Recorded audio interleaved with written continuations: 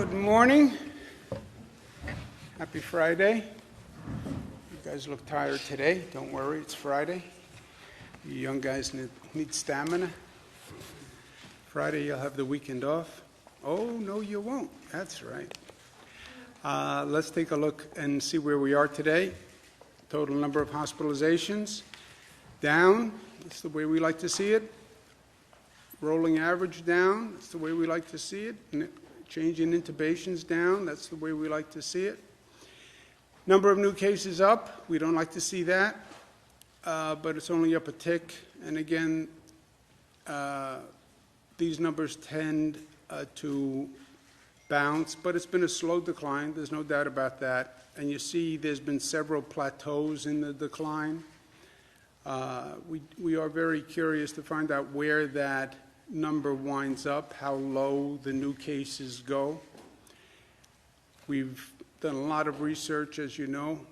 Those new cases mostly coming from people who are at home. So we're talking about home spread, more than at work, more than first responders, more than essential personnel.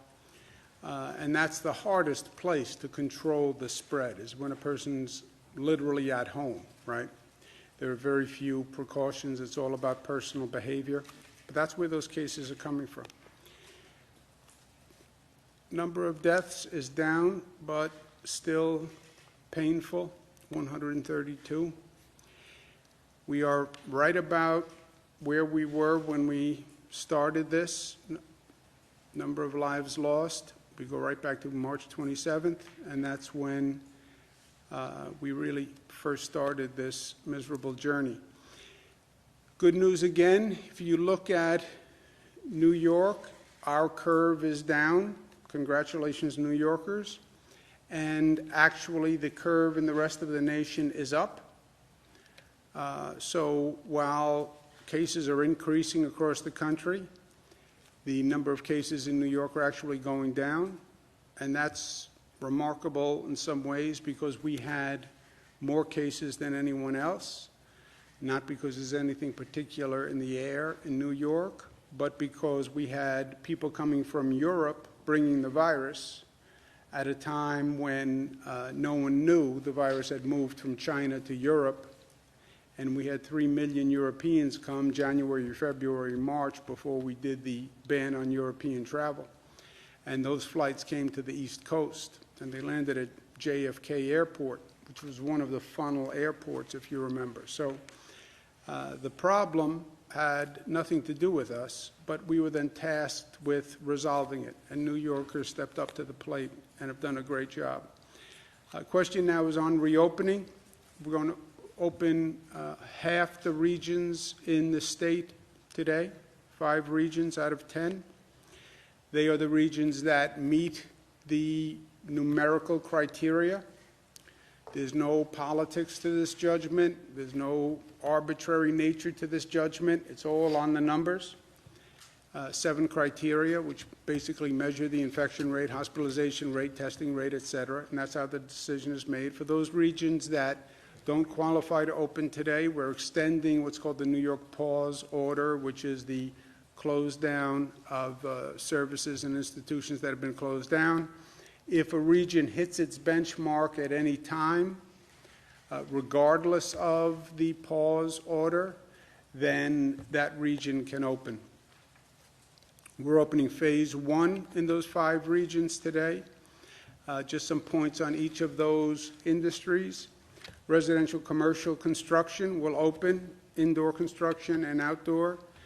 Masks must be worn by employees when they're 6 feet from one another, so they must all have masks. The employer must provide the masks, any gloves, any equipment that the employees need on that work site must be provided by the employer. There's no congregate meetings. For retail businesses, curbside pickup starts. The employee and the purchaser in the vehicle must be wearing a mask. Anyone in the vehicle must be wearing a mask. Gloves are preferred, but they're not mandated. And the employer, the store owner must make hand sanitizer available. If curbside pickup is not practicable, then in-store pickup is available, but it is in-store pickup. It is not in-store shopping. It's in-store pickup because curbside is not practicable, requires ordering ahead, social distancing in the store, no more than 50% maximum occupancy of that store for people coming there to pick up. Patrons must wear a mask, store employees must wear a mask, gloves are preferred, hand sanitizer has to be made available. For an individual's behavior, people ask, well, what am I supposed to be doing as an individual? I'm not a store owner. I don't work construction. I understand as an employee what my requirements are, but just what do I do in normal life? When you're in public and you're within 6 feet of another person, wear a mask. That is a requirement. Curbside or in-store pickup, wear a mask and socially distance. Store owners should not let you in the store for an in-store pickup if you don't have a mask. The exception is less than 2 years old, or some people for medical reasons can't wear a mask. In a construction or manufacturing setting, the employee must wear a mask whenever they can't socially distance, and the employer has to meet certain precautions which they said they would when they reopen under this. In private, people ask, what should I do? Well, then you have our best advice, but in private is private. What you do in your home, what you do with your family, what you do with your personal relationships, your friendships. We've talked about exposure to senior citizens and how you should be careful to vulnerable populations, but there are no government requirements on what you do in your home, etc. The responsibility for local officials and what we call the Regional Control Center, local officials have to enforce business compliance and social distancing. These businesses are opening subject to saying they will comply with safety precautions. Local officials have to make sure they are followed, as well as social distancing guidelines for individuals. The Regional Control Center will have a daily morning meeting where they review and monitor the infection, testing, and hospitalization rates. And I can't stress this enough. We're starting to turn the valve. One of my favorite graphics, not saying a heck of a lot. Starting to turn the activity valve. Watch what happens to the infection rate, testing rate, hospitalization rate. If those numbers start to move, slow down on the activity level. That requires you to monitor the impact of this increase in public activity. You will see an increase. We expect to see an increase, but that increase has to be monitored and has to be controlled. We've talked about the infection rate, the rate of transmission. When the rate of transmission hits 1.1, you're headed towards a bad place. So monitor that rate daily and correct immediately if you see an increase in those numbers. Beaches, we've talked about coordinating with other states. And this has happened in other parts of the country, other parts of the world also. We are one multi-state region. What one state does will affect other states. That is probably nowhere more clear than when it comes to opening beaches. One state doesn't open beaches, another state does open beaches. You will see people flood to that state. Georgia opened barber shops. People drove from out of state to Georgia to get a haircut. If New Jersey opens beaches or Connecticut opens beaches and we didn't open beaches, you would see a flood of people to Connecticut and New Jersey. And our relationship and responsibility to our other states neighboring states is important. We want what's best for New York, but we want what's best for New Yorkers. It's not in New York's interest to have New Yorkers going to a Jersey beach, which is now going to be overcrowded because you have people from New York and New Jersey going to that beach. It's not in our interest that people going to Connecticut beaches if those beaches are then going to be overcrowded. So we've worked with New Jersey and Connecticut. We've come up with an agreement that accommodates all needs, and it was done in good faith. The agreement is New York, New Jersey, Connecticut, Delaware will all be opening beaches for the Memorial Day weekend. States will have different specific rules about what happens on that beach. They'll all be plus or minus, but they're all basically in the same ballpark. They're opening Friday of Memorial Day weekend, state beaches. That includes local beaches, lake shores. It does not include pools. Pools are closed. But no more than 50% capacity, and that'll be done at parking areas, entrance areas, exit areas, etc. No group contact activities, no volleyball, no football, nothing like that. Areas of social gathering will be closed, picnic areas, etc., playgrounds, pavilions, arcades. Social distancing will be enforced for employees and for visitors. Masks must be worn by employees, and visitors must have masks and wear them when they can't socially distance. At this point, concessions will not be operating. We don't want long lines of people waiting on concessions for concession stands, and we'll ensure that staff levels are adequate to enforce these measures. On the beaches that are controlled by cities, towns, counties, municipal beaches, municipal lakes, the local government can decide to open or stay closed. If they choose to open, they must adopt the state's requirements at a minimum, and the chief executive can decide to do that. If they want to impose additional requirements above and beyond the state requirements, they are free to do that. That will be done by a home rule message, and those decisions should be made by the locals by Wednesday, May 20th, so we can plan accordingly. If a locality doesn't open beaches, we need to know that, because then we'll have more demand on the state beaches in that area. If they do open beaches, we need to know that also, just to understand the flow, the traffic, and where we have to staff up. Again, state beaches will be open on Friday before Memorial Day. Last point, reopening must be smart, and we have to keep this in focus.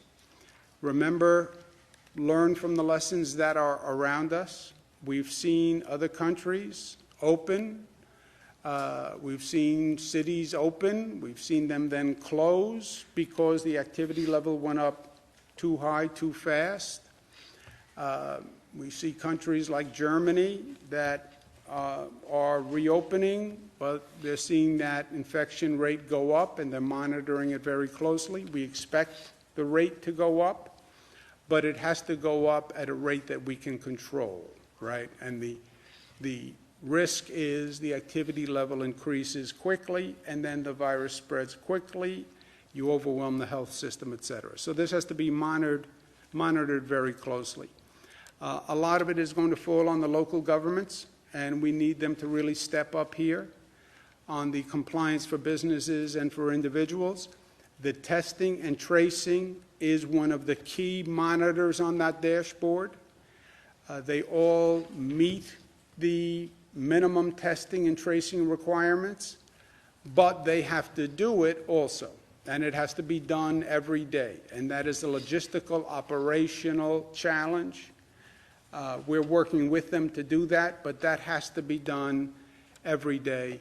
and the monitoring of all the indicators, again, and quick reaction.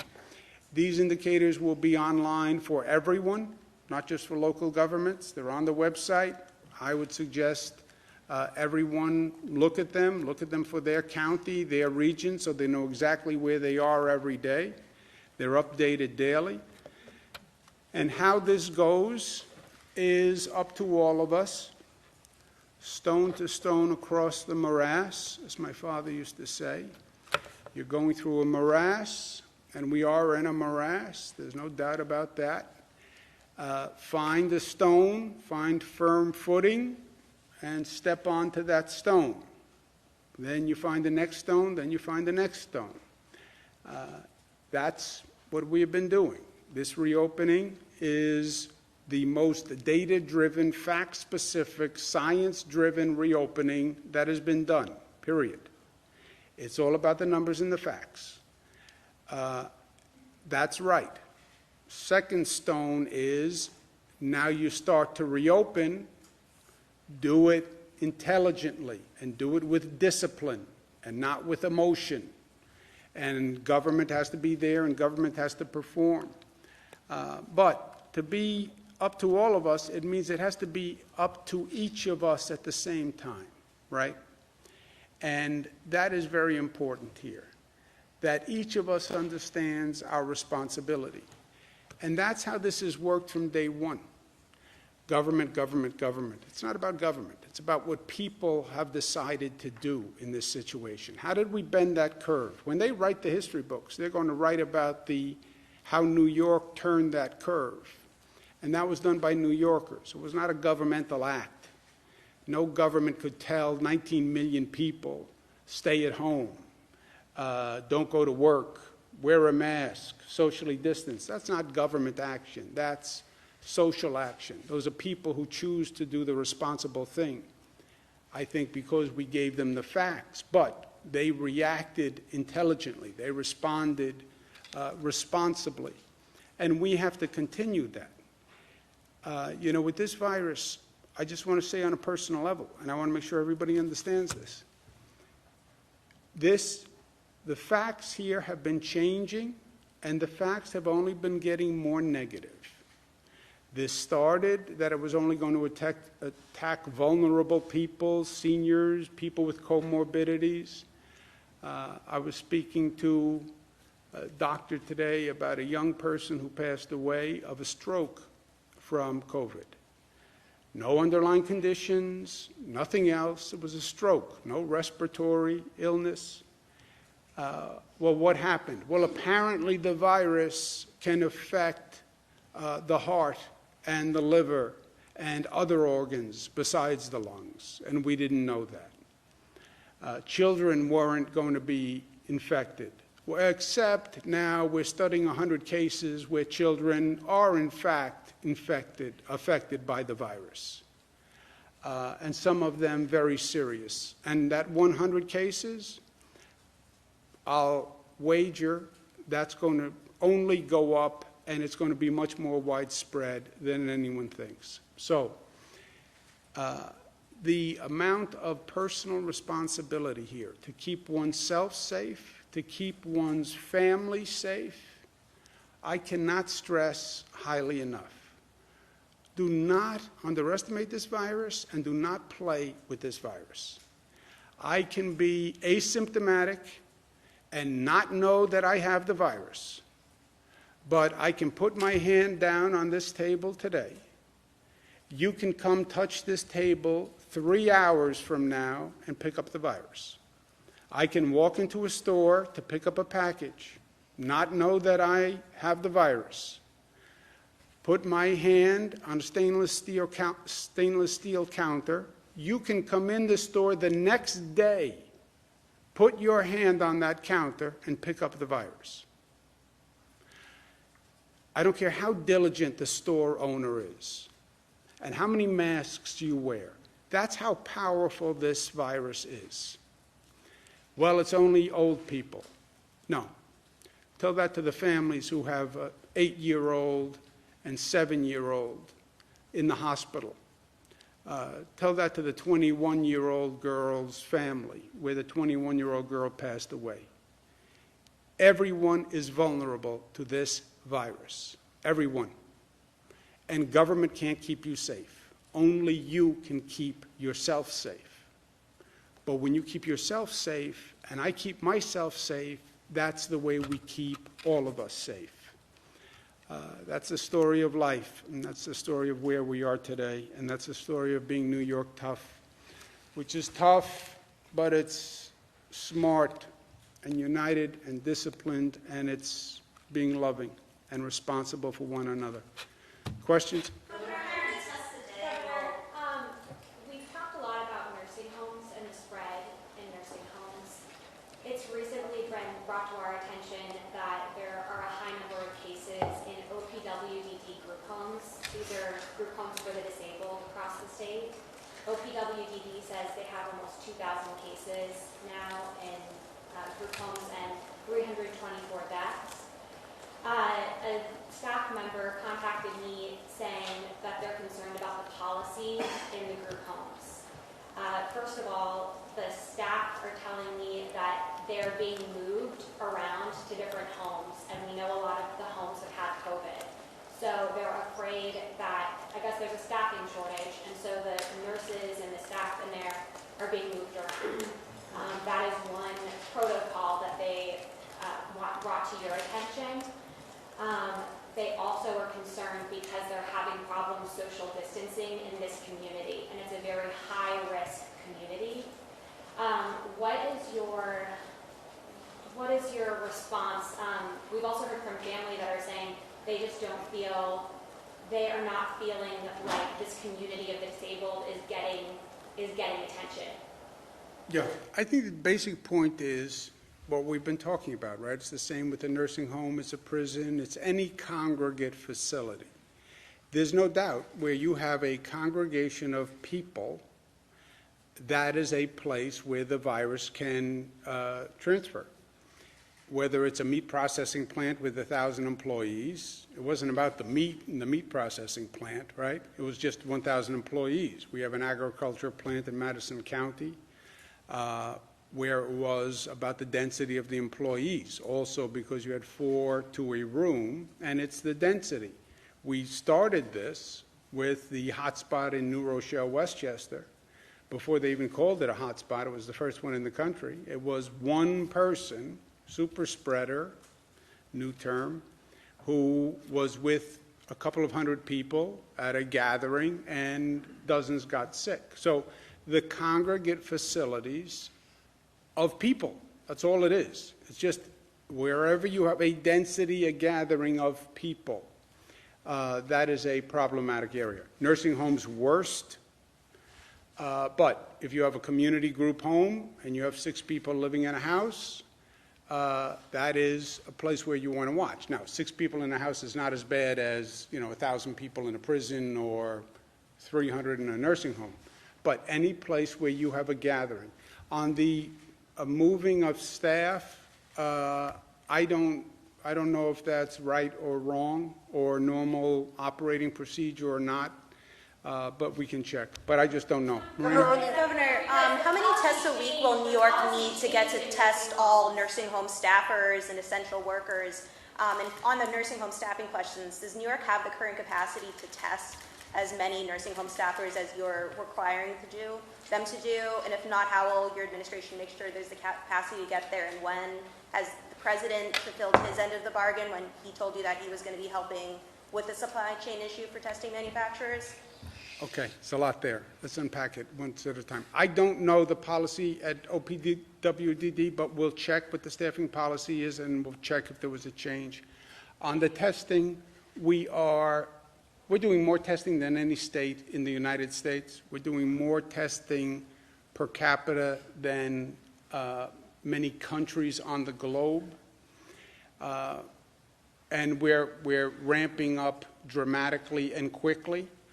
We have to test staff in nursing homes. We have the most aggressive requirement, I understand that, 2 tests for every staff member per week. And that is the most aggressive, but this is the most vulnerable population. Testing is much more available than it's ever been in the state. There are parts of the state where we have more testing capacity than people are using.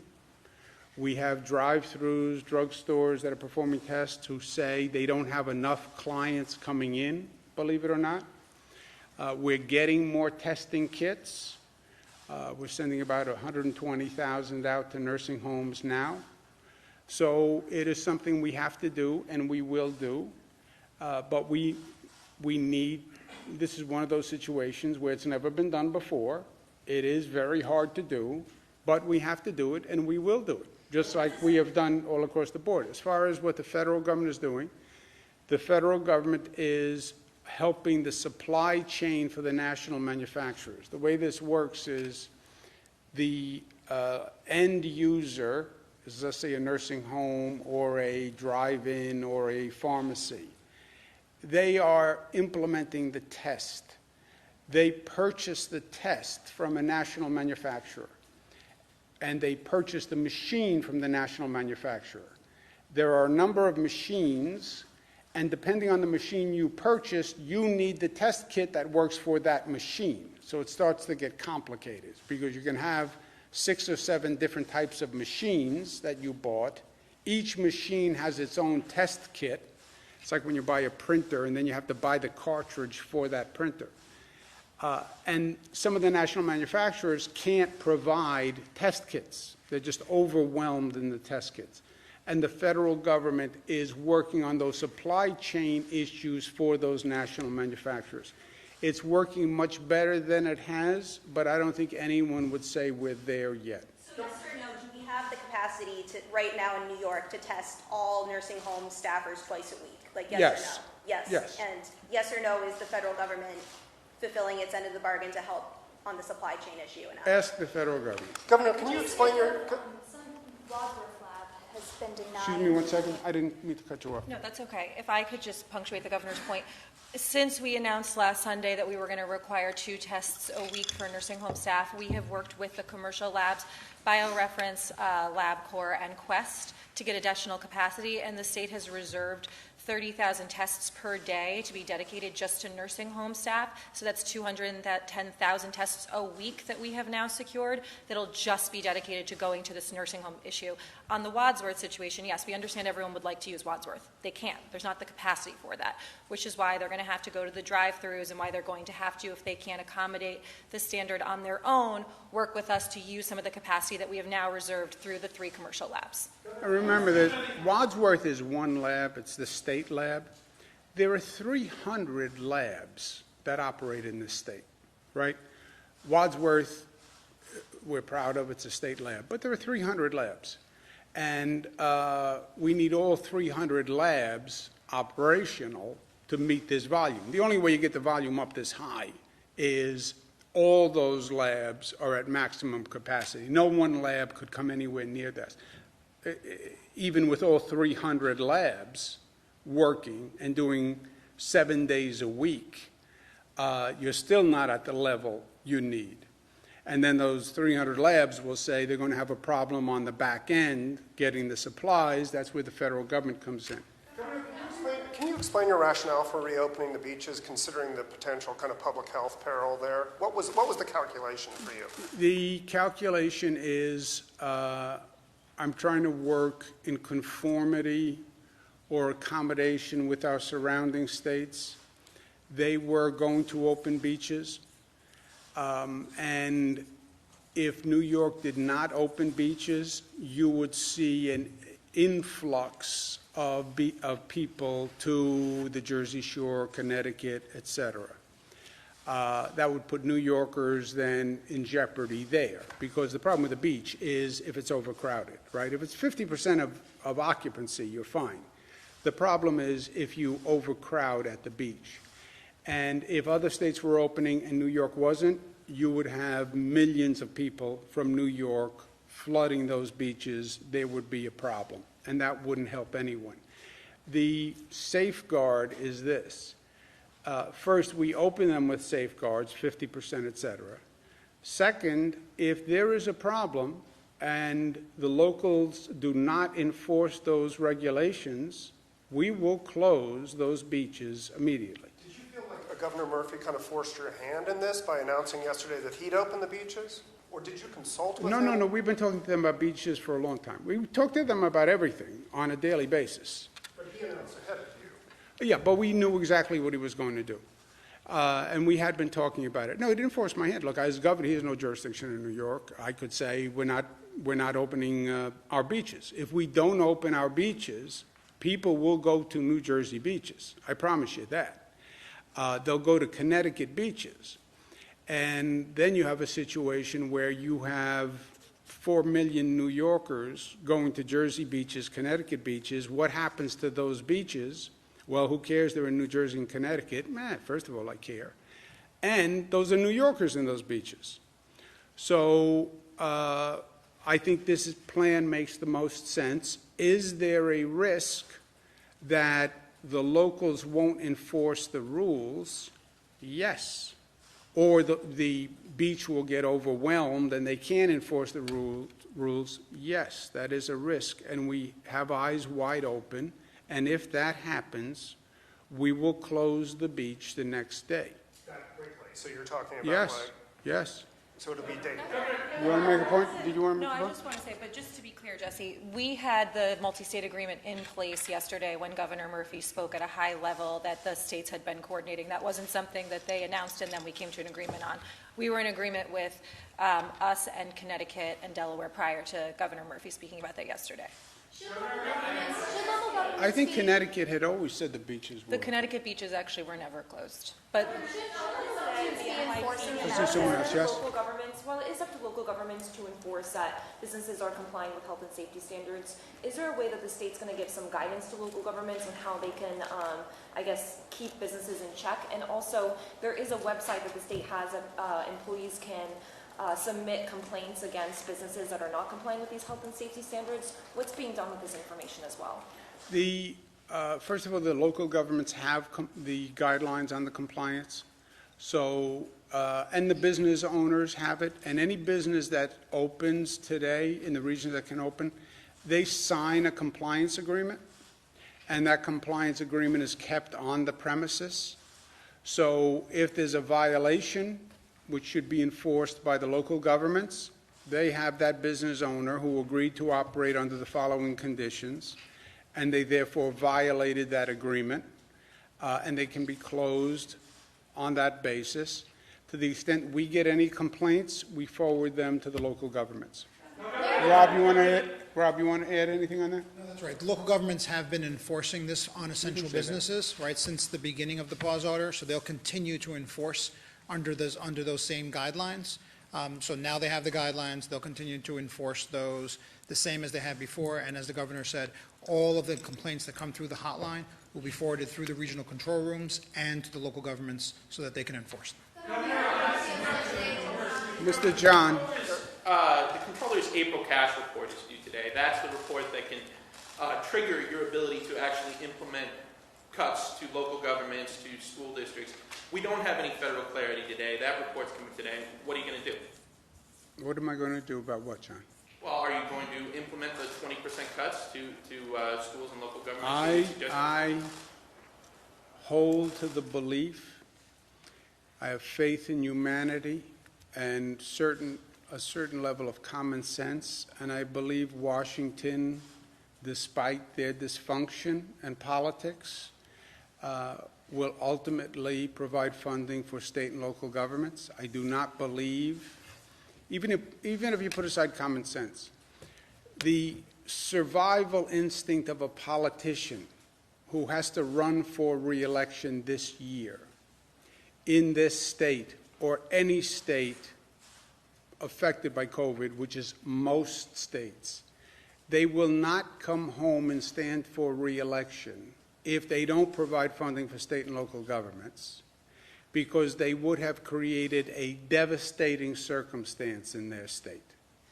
If we have to cut schools, police, fire, hospitals, because Washington didn't provide reasonable funding, when they did bail out millionaires and billionaires and rich corporations, but they're not going to fund police and fire, I don't think any Washington official is going to come home and present that case to the people they represent. So I believe we will receive Washington funding due to the survival instinct of political officials. Go ahead, John.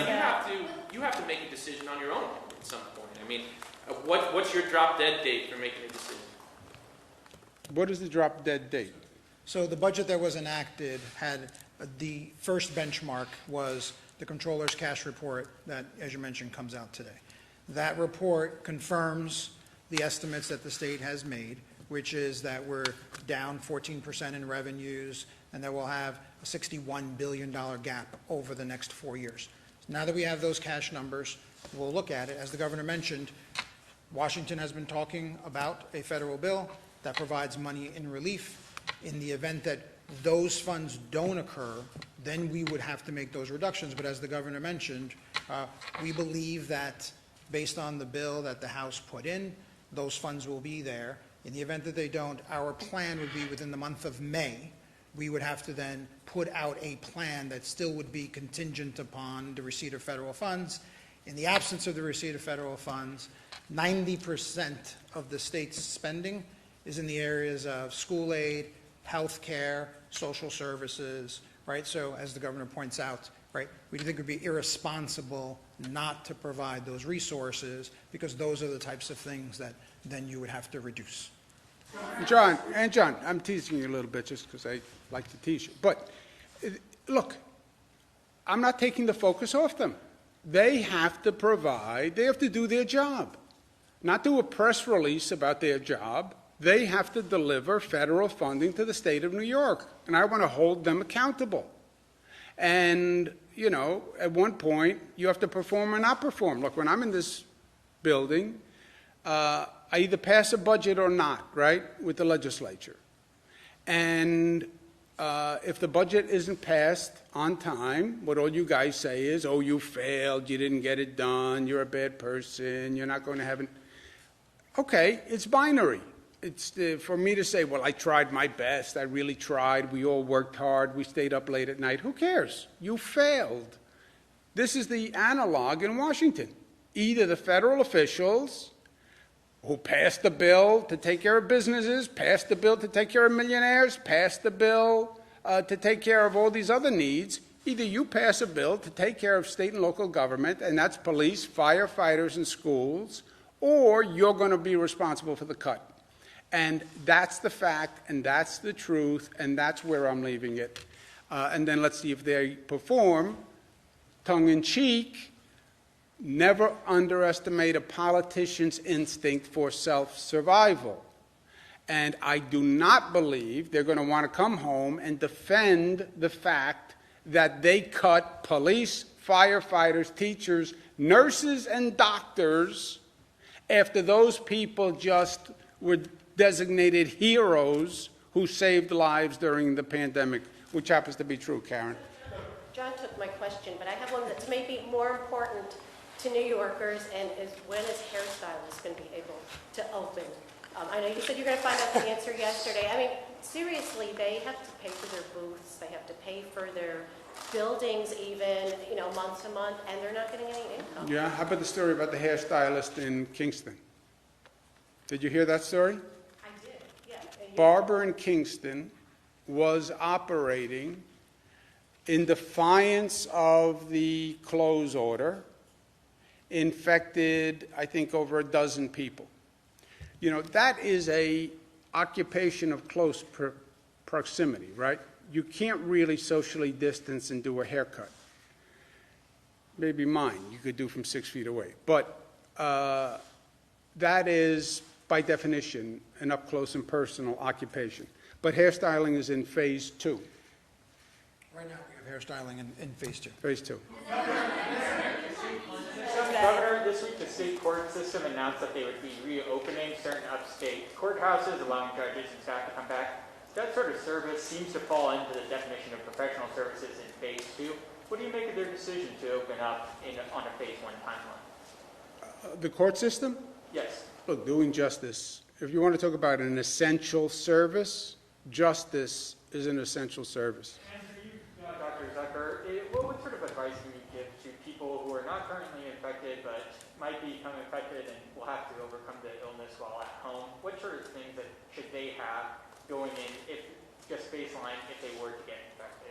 Well, I think the first thing, obviously, is to contact their physician if they have any of these symptoms of concern. But it's the precautions that the governor has mentioned about washing your hands, making sure that you are away from other individuals who are sick, and all the straightforward issues that we've addressed before. Are there any devices that they should have, any sort of stockpiles, or any, sort of basic medical supplies that should be in place if they would be?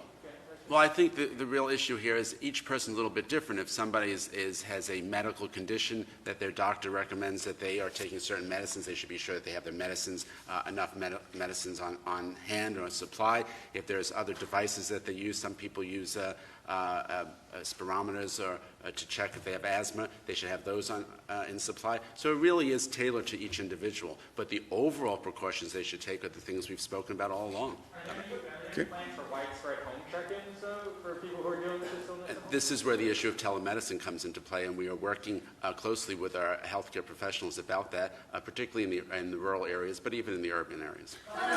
Editorial comment on the last question. When you ask a doctor what is the first thing someone should do when they feel ill, the answer is always going to be call the doctor. Dan, one last one. Dan, did you have your hand up? Are you talking to me? I'm sorry. Yeah.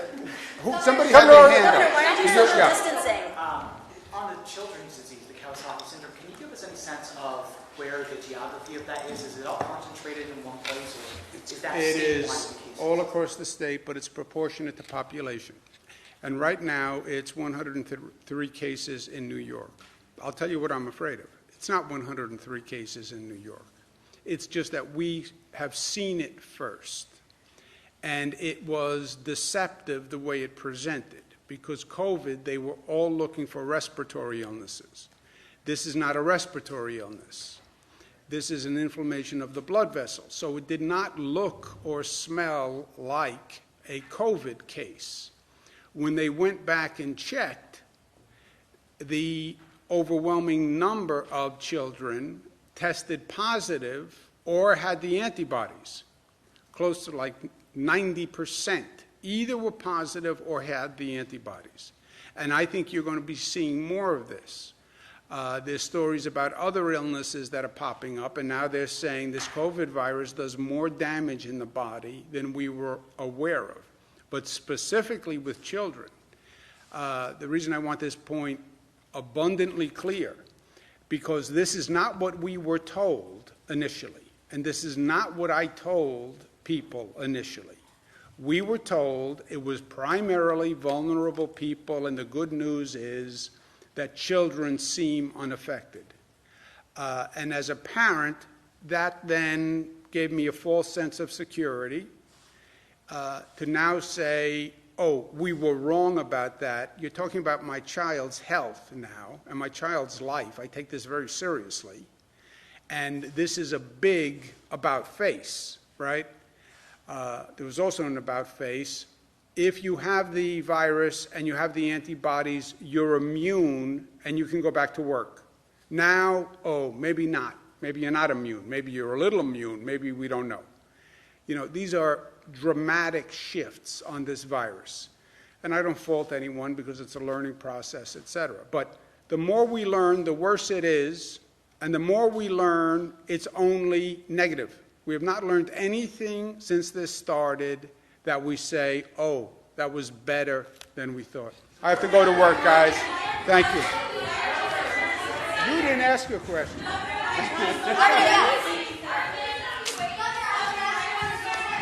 will talk to you tomorrow, Saturday. Yay, Saturday service.